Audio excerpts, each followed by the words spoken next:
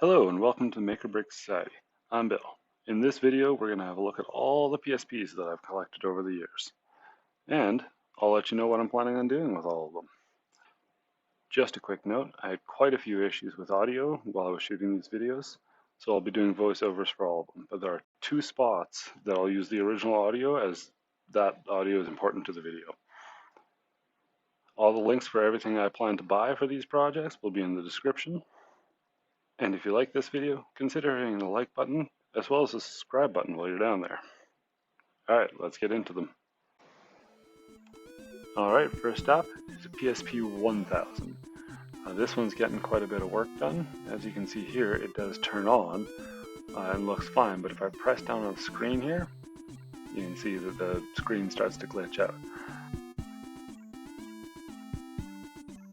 This makes it a perfect candidate for an upgrade to an IPS panel.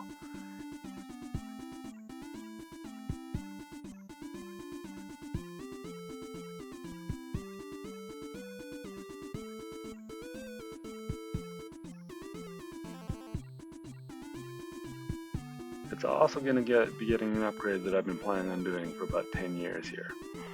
I previously laser cut a back plate and a clear acrylic disc that fit into it.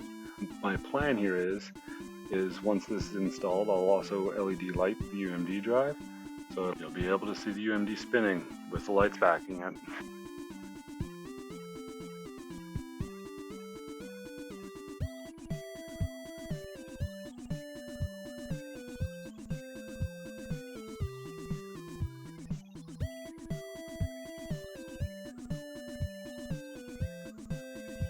Alright, next up is a PSP 2000. This one also has a bad LCD.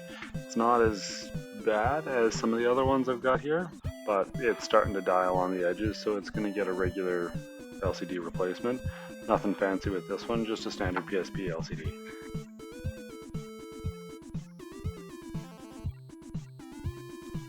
This one's also likely going to get the battery upgrade, which means completely removing the UMD drive here. And I'll be putting a much larger battery inside it.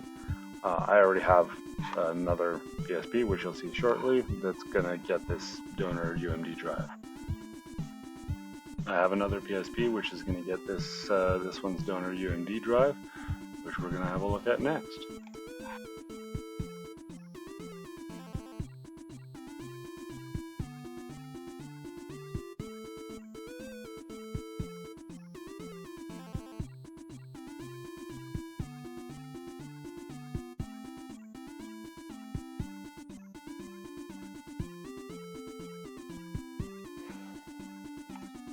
So this one that's getting the UMD drive replacement is actually the first PSP Slim I bought. That's why it's the original gray one here.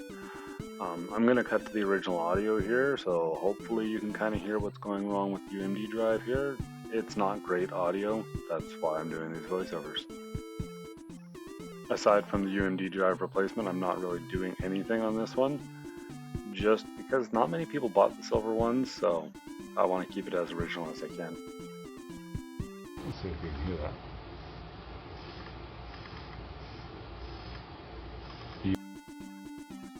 So the sound that it makes, the drive keeps accessing even though there's no UMD drive in it. It is possible to repair this drive, so I won't be throwing it out, but I'll be just straight replacing it for the time being.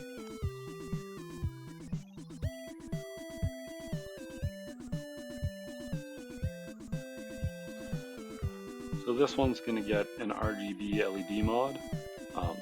Everything else about this one is fairly decent. I may also be doing a clear blue case on this one. I'm not really sure. SJM4306 on YouTube has done a lot of work with making custom PCBs to do RGB LED mods for things like this, so I'll probably be leveraging some of his stuff. I'll leave links for him down in the description.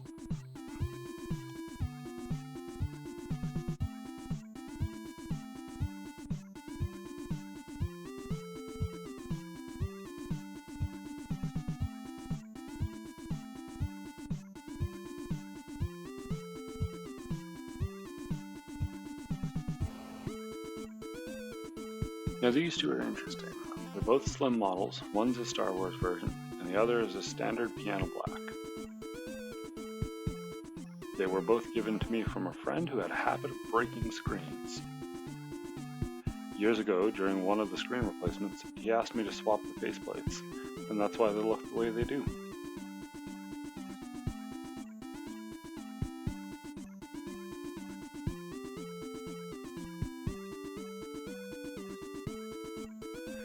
Both systems currently work, but like I said, he liked to break screens, so they both have broken screens now too, as you can see.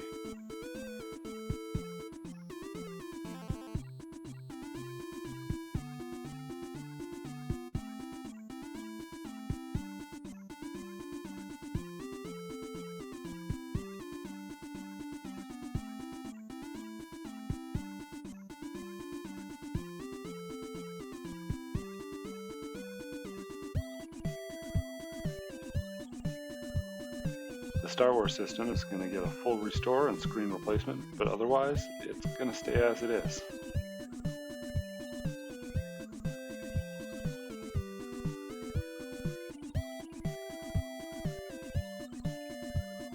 The black one is the one I'm most excited for. The plan is to install a PSP kit made by OtherMod, linked in the description. Basically, it's replacing all the internals with a custom PCB that house a Raspberry Pi Zero 2. The problem with doing this is that kit technically only supports the PSP 1000. So I hope to modify this PSP shell to fit that mod. If I can't pull it off, I'll use one of the 1000 shells I have lying around.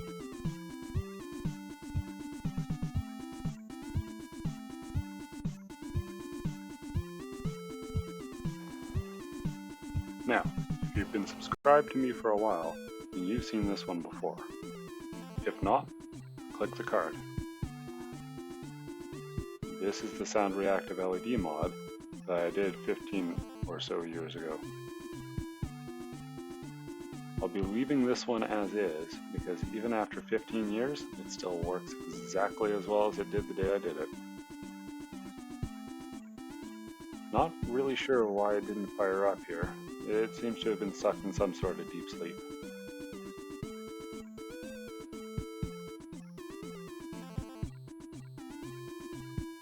So what I'm going to do here is fire up a game and cut back to the original audio so you can see and hear it in action.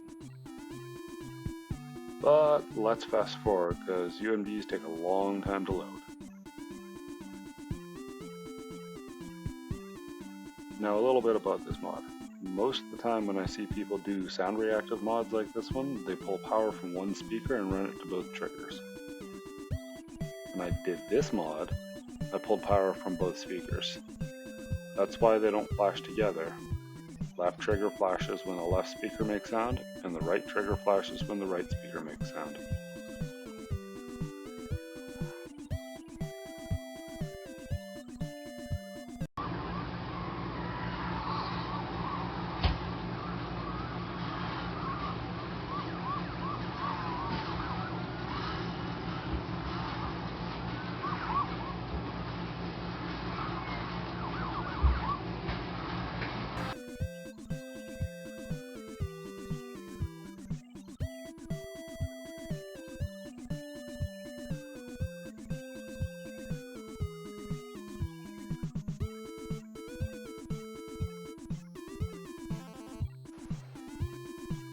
This is the first PSP I ever owned.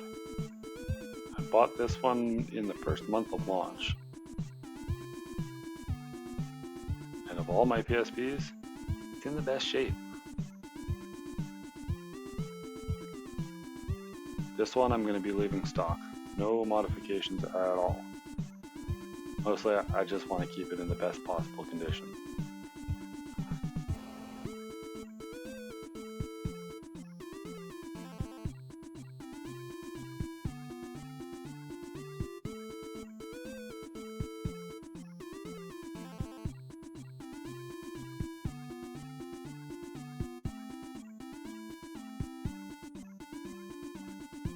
And last up is my PSP Go. This one is my daily driver. It's in my backpack every day, and it comes with me everywhere. I don't actually have a particular liking to PSP Go, but it's so small, it's the best one to just carry around in your backpack all the time. So it's going to be staying just the way it is. Now, I've got a lot of video left over, so I'm going to talk about a PSP I forgot to record. So I recorded these videos over 4 or 5 different times and had problems with the audio every single time. Every time I tried to record them, the PSP 3000 was nowhere to be found in any of the footage, so I have no footage on it. So let's just talk about it. On the 3000, I'm going to be doing the dual thumbstick mod. Fun thing about the 3000, it's also the only one that I have that's still on official firmware. So I'm going to use that one to make an installing custom firmware tutorial. So look for that video on my channel sometime soon. And that's it.